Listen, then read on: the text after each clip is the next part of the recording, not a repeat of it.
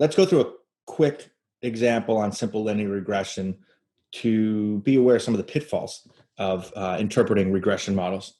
Here's some data on how a country's birth rate relates to its life expectancy.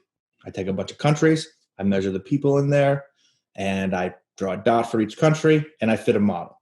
All right, already raise your hackles a little bit. This is some sort of ecological study, right? We might be susceptible to the ecological fallacy.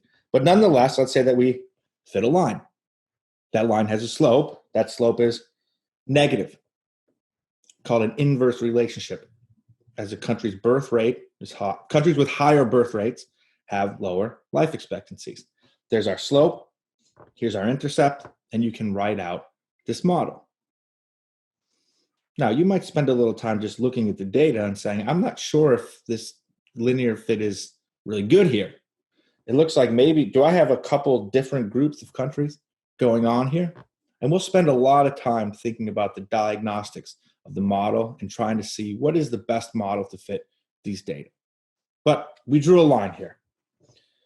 When we fit this in Stata, again, regress y on x. Now, these slopes or these betas or these coefficients, they have standard errors. We can use the t statistics to assess statistical significance and the p-value. And so here we see we have two very large t statistics, and the p-values are small. The p-values are 0. They're not 0. They're small, but they're never 0. P is less than 0.001. And you can confirm that by seeing the confidence intervals do not include the null value of 0. Let's ask some questions. The slope is negative 0.7. For a 1 unit increase in birth rate, there's an average decrease in life expectancy of, well, that's the definition of the slope, right? Of 0.7. Now be careful with signs. When I say decrease here, that captures that negative sign.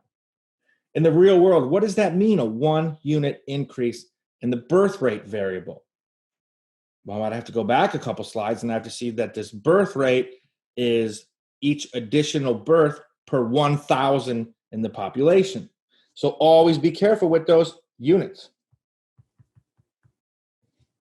A country with a birth rate of 10 is predicted to have a life expectancy of, well, let me go back and look at my model. The model is 90 minus 0.7 times the birth rate. So 90 minus 0.7 times birth rate. I plug 10 here by 0.7. That's 7. 90 minus 7 is 83. A country with a birth rate of 11 is, well, I can go through that whole thing again, or I can just say between 10 and 11, that's a 1 unit increase. So it must be 82.3. Double check my math on that. Now, 90 minus 0.7 times birth rate. If a given country, say Sweden, has a birth rate 10 units lower than, say, Bangladesh, what's the difference? I don't know, Tyler, you never told me. What is the birth rate in Bangladesh? What is the birth rate in Sweden? Well, it doesn't matter because we know that the slope is for a 1 unit difference. So for a 10 unit difference, you just do 10 times the slope. So this would be 7. What does the model predict for a country with a birth rate of 60? This is getting a little boring, isn't it? For a birth rate of 60, we just plug it in. But wait. You're going to have to go back all the time and look at your data. Do we have any countries in here with a birth rate of 60? Do we think that the model is going to extend that far? What about a country with a birth rate of 0? Is that even a country? I don't know. Look, sometimes you'll need to extrapolate. Sometimes that's the whole point of a model. But do you want to extrapolate too far? Do you think it's going to level out? Do you think this linear relationship will hold? How about this question? If your goal is to increase life expectancy, should you give away free condoms? Of course. If your goal is to increase life expectancy, should you do forced sterilizations? I don't know about that. You have to be careful. This is making a statement about causality.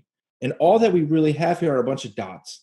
And we drew a line through those dots and said, it looks like things with a higher X have a lower Y. And be very careful about implying causality from your model.